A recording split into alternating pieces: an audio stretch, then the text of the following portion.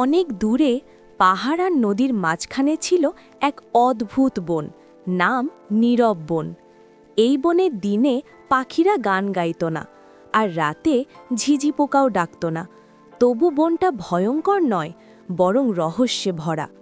এই বনে থাকত তিনজন আলাদা স্বভাবের প্রাণী। আরিন, এক তরুণ হরিণ, চোখে কৌতূহল, মনে হাজার প্রশ্ন। ভুরু, এক বুড়ো ভাল্লুক, ধীর গম্ভীর কিন্তু ভেতরে গভীর বুদ্ধি। চিকু, এক দুষ্টু শেয়াল, কথা মিষ্টি, মাথা খুব চালাক। পর্ব ১, অদ্ভুত নীরবতা। একদিন আরিন খেয়াল করল বনের মাঝখানের নদীটা শুকিয়ে যাচ্ছে। গাছের পাতা ঝরে পড়ছে আগে ভাগেই, পাখিরা একে একে বন ছাড়ছে। আরিন দৌড়ে গেল ভুরুর কাছে। ভুরু কাকা, বনটা বদলে যাচ্ছে কেন? ভুরু দীর্ঘশ্বাস ফেলে বলল, কারণ বন তার কণ্ঠ হারাচ্ছে, কেউ তার কথা শুনছে না। এই কথা শুনে আরিনের গা ছমছম করে উঠল। শেয়ালের প্রস্তাব। এই সময় চিকু শেয়াল এসে হাজির। সমস্যার সমাধান আমি জানি। বল, একসাথে বলল আরিন আর ভুরু।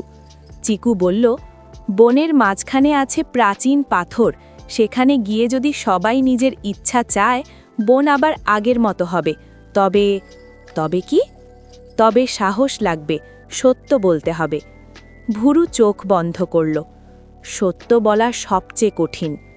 তিনজন রওয়ানা দিল। পথে পড়ল কুয়াশা, গভীর খাদ আর ভয় দেখানো ছায়া। এক জায়গায় গিয়ে আরিন ভয় পেয়ে থেমে গেল। আমি পারবো না। ভুরু বলল, সাহস মানে ভয় না থাকা নয়, ভয় নিয়েই এগোনো। চিকু চুপচাপ ছিল, এই প্রথম।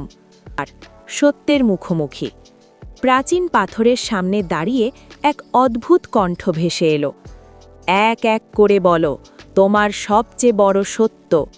আরিন বলল, আমি সব সময় অন্যের মতো হতে চাই, নিজের মতো হতে ভয় পাই। ভুরু বলল, আমি জানি অনেক কিছু, কিন্তু সব সময় নীরব থেকেছি। সবশেষে চিকু মাথা নিচু করে বলল, আমি চালাক, কিন্তু একা, কাউকে বিশ্বাস করি না। পাথর কেঁপে উঠল। পর্ব ৫, বনের জাগরণ।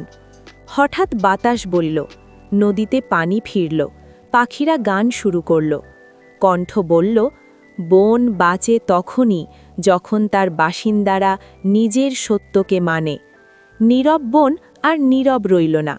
শেষ কথা, নৈতিকতা। সেই দিন থেকে আরিন নিজের মতো হতে শিখল, ভুরু কথা বলতে শুরু করল, চিকু বিশ্বাস করতে শিখল, আর বন হয়ে উঠল আরও জীবন্ত, আরও সুন্দর। কারণ সত্য আর সাহস একসাথে থাকলে নীরবতাও কথা বলে।